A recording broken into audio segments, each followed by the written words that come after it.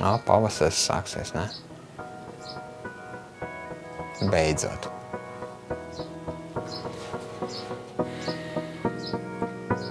Tev putni ar fonā, ne?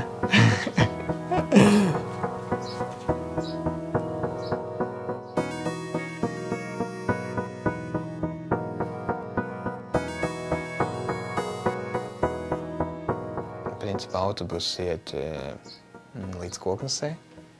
Tad Koknesei jāgaida pusstundu vilcienu. Pusstundu līdz stundu atkarībā ar kādu vilcienu brauc.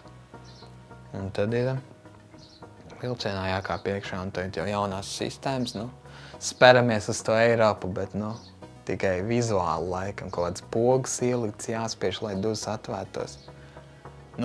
Redz jau izliek šķēršļus tādus.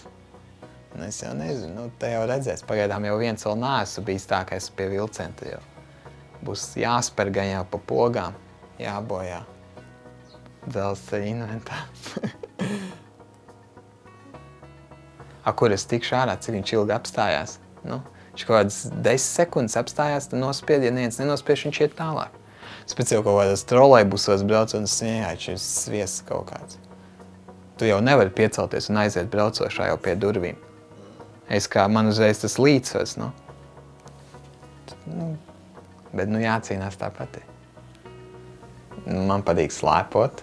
Es nodarbojos ar skībordu.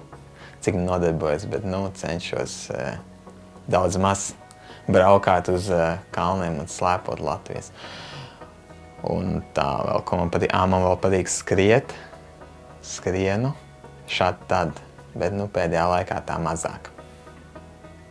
Un atpūsties, patīk atpūsties. Jā, tas ir, kad brauc slēpot ar draugiem, bet, tad jau viss principā notiek tā, ka draugi palīdz aizbraukt. Un tā, slēpzāpakas uzvilkt un slēps, viss principā palīdz.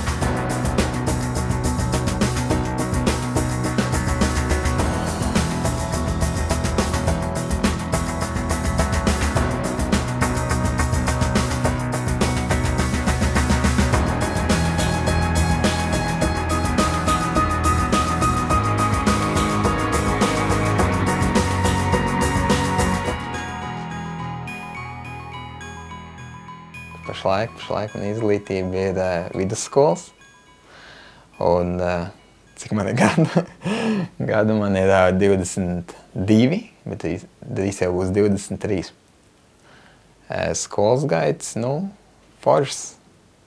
Ar foršām atmiņām krāsainām. Man nebija speciāla programma, man bija viss jāmācās kā visiem, viss ieskaits jākārto un tā tālāk. Vienīgais, kas man nebija eksāmeni jāliek.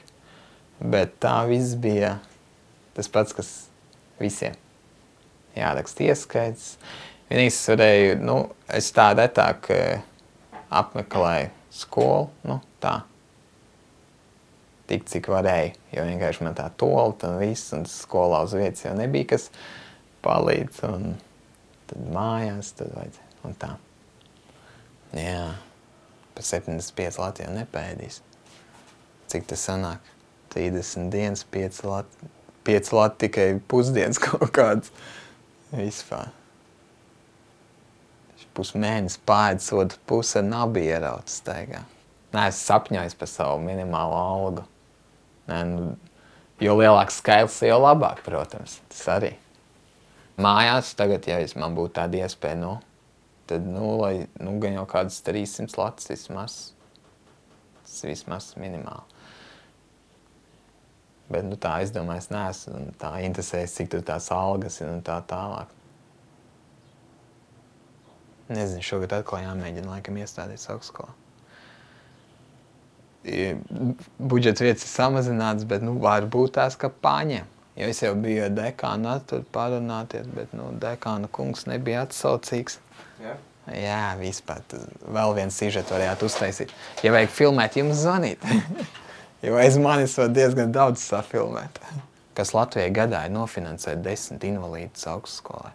Tas ir stulbums kaut kāds, Un gāja runāt, tā viņš tā, mēs gājām ar draugu, bet, es pieļauju, ka viņš pārprata varbūt tās, jo draugs gāja tā kā vairāk pa priekšu, un pēc tam es tā Sākām viņš tā uzreiz, kredītiņu nedomājat ņemt? Viņš lobēja, man liekas, kādu banku. Nu, tad beigās uzrakstīt kā iesniegumu, bet, nu, gan jau apskatījās, nē, viss dzīve šita. Uzzvanīja, ka pa maksu tikai, un tad es vienkārši atteicos no studiju iespējas. Nav neviens pazīstams no Saeimas deputātiem, tad jā. Tev netiks iekšā.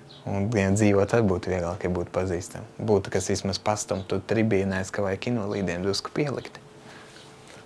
Deputātiem, kā neviena invalīda nav gan jau ģimenē vai pazīstam, un viņi jau nav ieinteresēti. Tā. Tā distance ir tad, kad to toleti vajag ēšana.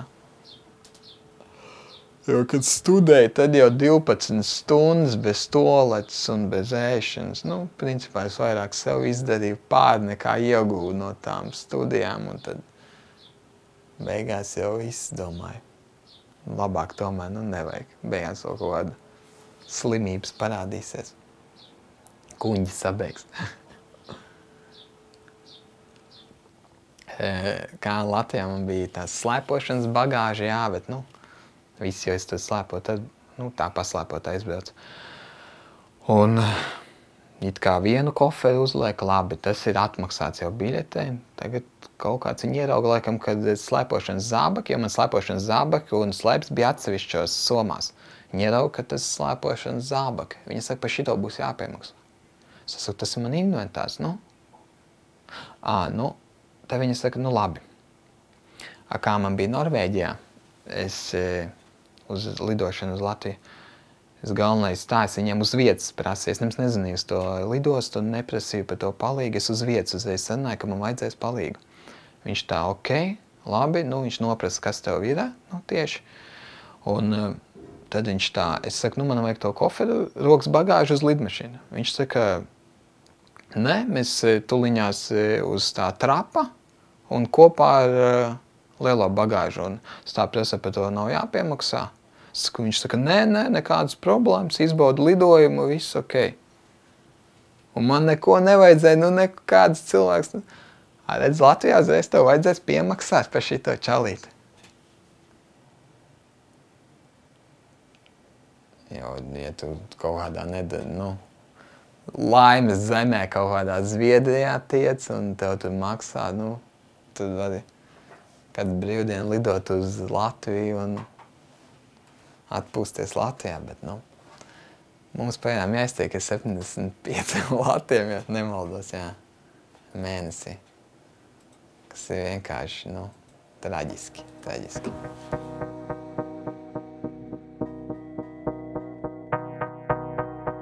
Es neesmu daudz ko pats nekad darījis, ko varbūt jūs darījuši. Bet, nu, tādu epizodu neatceros, bet, nu, ir bijuši pārpratumi noteikti. Gan jau tik daudz, ka viss nevar atcerēties.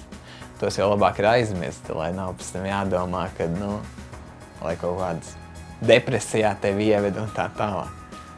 Pirmo gadu bija ļoti interesanti, jo, nu, tas jau, kamēr tur radi viņās to pārliecību, ka tev viņa ir, un ir bijis tāds gadījums, kad vienkārši konduktori pasaka, es to kabatā nelīdīšu, es nevaru. Es saku, nu tad man jau arī nevajag tev neko pierādīt teorētiski, jo man viņa ir. Un viss tā ir nolīd kārtība. Bet nu līdz šim forši. Labs servis ir Latvijas dzelzceļa. Tas notika sen. Sanāk jau kaut kur pirms 19 gadiem. Kad es, būdams maziņš, spēlējot paslēpes, ielīdu transformatora būdā, kas nebija pienācīgi aizslēgta, kas bija tikai norobežot aizslēgta ar sarūsējušu stiepli, kas, nu, nebija problēma man mazam kaut kā atmūķēts, bet, nu, vairs tā. Un, jā, es tur ielīdu un gribēdams noslēpties, un beigās tāds rezultāts. Kas ir tās lietas, ko tu nekad neesi darījis un gribētu dzīvē izdarīt? Es uzrakstītu vēstuli. Viss ar to arī pietikt. Tas jau būtu ļoti daudz.